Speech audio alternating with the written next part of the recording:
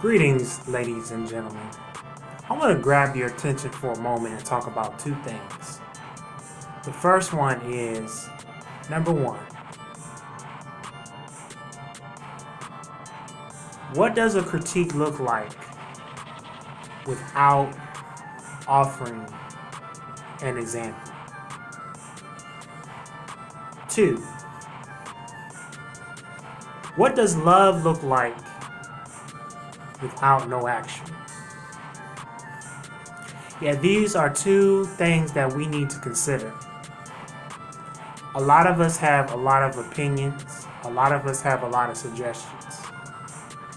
But we must first realize that critiques are only ideas if there is no manifestation of us trying to teach another one on how to improve that very thing in which the critique was given.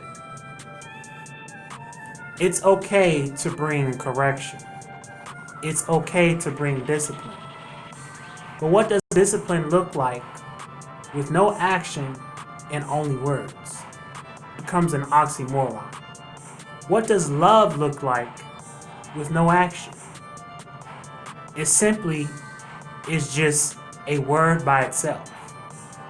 And so, while we are all called to do great things in the earth, we must first be careful not to tear down individuals who are trying to make change. For we know in the Bible it says that greater is he that is within thee than he that is in the world.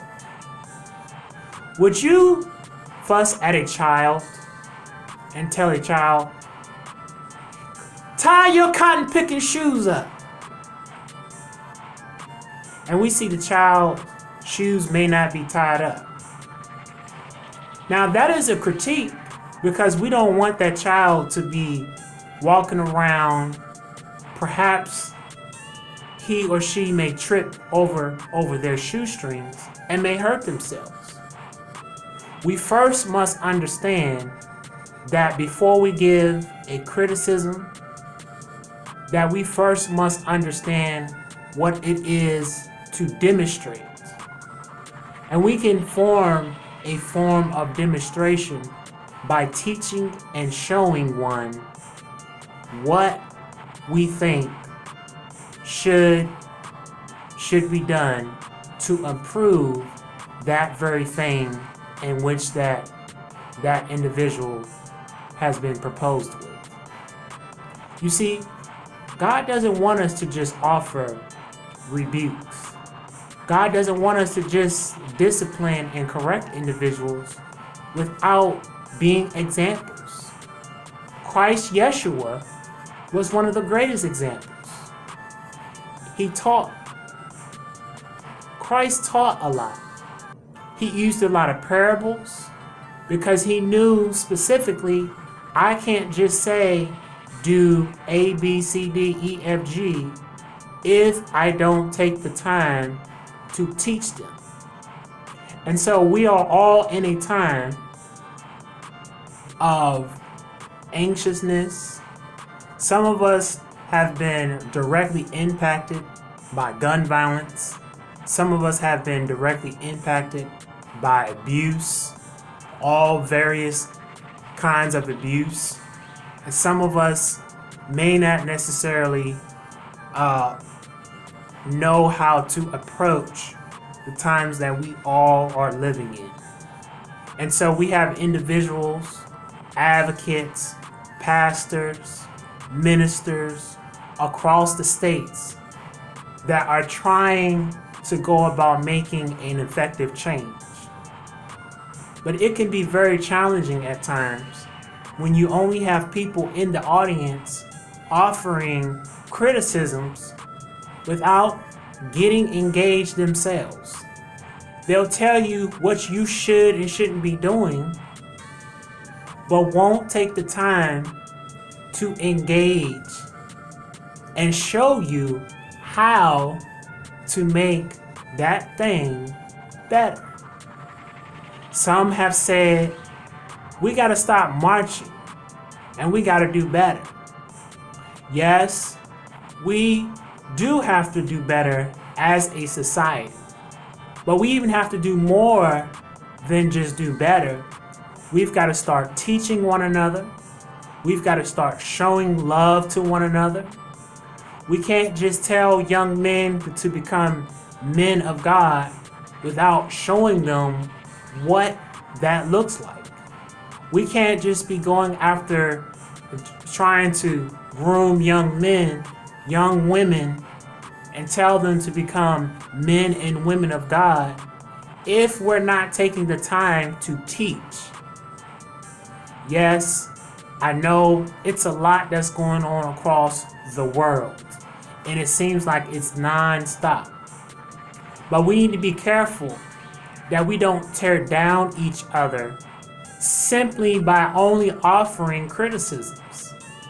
Because what we can do is we can actually be causing more damage than we are good.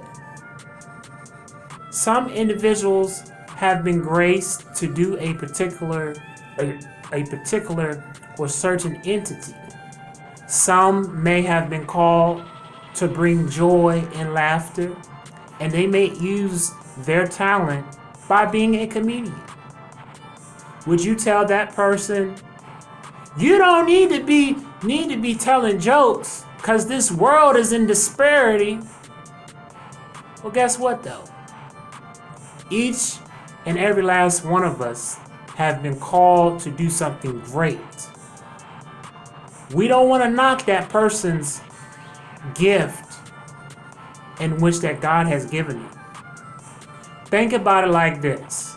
I remember going to a seminar by one of the greatest bishops that I remember, Bishop Coletta Vaughn.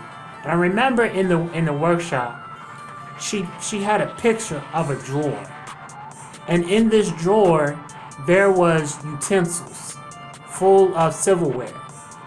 There was a spoon, there was a knife, there was a fork. And she said, each of these have been created to help an individual eat.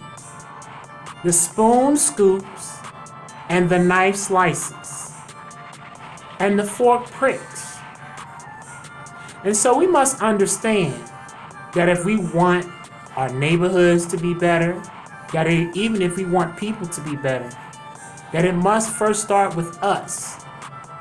And it has to start with us by leading by example. It does no good to be in the audience and only offering critiques and criticisms by not becoming engaged or getting involved. The question we all need to ask ourselves, how involved are we in the change that we want to see? How involved are we in the change that we all want to see? Do we really just only want to stand behind a screen? Do we really just want to just sit on the couch? Or do we want to all utilize the measure of faith in which God has graced and blessed each and every last one of us and put our hands to the plow so that we can see the change that we want to see happen and manifest in the earth?